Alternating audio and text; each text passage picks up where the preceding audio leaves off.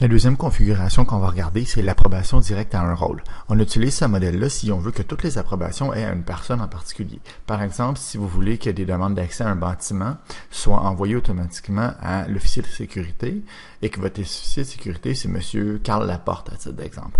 On pourrait configurer d'avance que toutes les requêtes vont à M. Laporte, mais si M. Laporte s'en va et qu'il y a 3-4 types de demandes de services qui sont envoyées à M. Laporte, eh bien, il va falloir retourner faire la configuration puis changer partout dans tous les gabarits le fait que c'est M. Laporte. Alors, ce qu'on fait dans Octopus à la place, c'est qu'on définit un rôle, officier de sécurité, on va mettre M. Laporte dans ce groupe-là, et si jamais M. Laporte s'en va et une autre personne revient, on va pouvoir le remplacer par une autre personne, ou si éventuellement vous avez 2 officiers de sécurité, le système va rehausser automatiquement la solution et va passer du mode rôle au mode pool d'approbateurs. Alors, on va regarder comment ça fonctionne. On va dans Outils, Gestion des données de référence. On va créer un groupe d'utilisateurs qu'on va appeler officier de sécurité. On va mettre Carl Laporte dedans.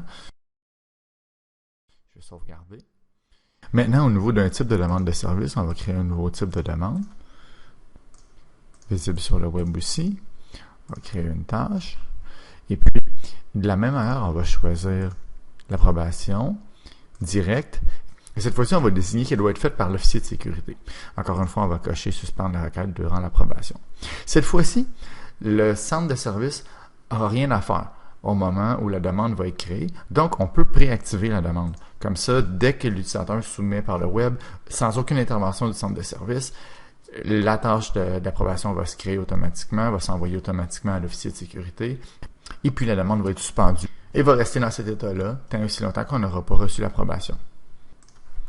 Donc, dans le web, j'ai choisi une demande de type approbation directe à un rôle. Le système me dit, ce type de demande requiert une approbation. Une demande d'approbation sera envoyée à Carl Laporte. On soumet la demande.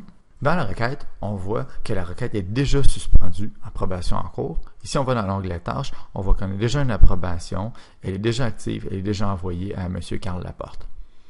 Donc, ça, c'est l'approbation directe à un rôle. Et dans ce cas-là, c'est 100% automatisé. Quand M. Laporte va compléter l'approbation en acceptant ou en refusant la demande de service va reprendre son cours ou va être annulée dépendamment de la décision de M. Laporte.